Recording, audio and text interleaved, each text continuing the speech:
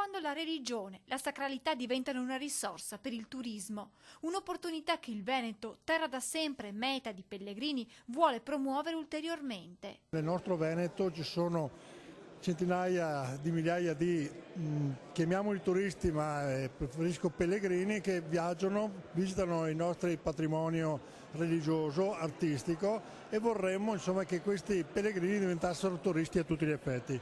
7 percorsi religiosi individuati che non solo toccheranno i monumenti sacri, ma anche i luoghi caratteristici che hanno ad esempio ospitato i soggiorni dei papi come Papa Pio X o Papa Giovanni Paolo II. Dall'altopiano di Asiago alle Dolomiti Bellunesi, da Padova a Vittorio Veneto, gli itinerari religiosi attraversano l'intera regione. In questa fase di crisi economica, a maggior ragione, dobbiamo puntare su questo turismo che è di alto livello anche da un punto di vista sociale. Acros Veneto, attraverso i luoghi della fede, è il brand turistico religioso della regione che punta a valorizzare gli itinerari sacri per farne un prodotto da esportare all'estero, affinché la vacanza religiosa possa allargarsi ad un soggiorno turistico a 360 gradi, incrementando così le presenze nelle nostre città. Destagionalizzare e portare turisti nelle zone meno congestionate da un punto di vista turistico.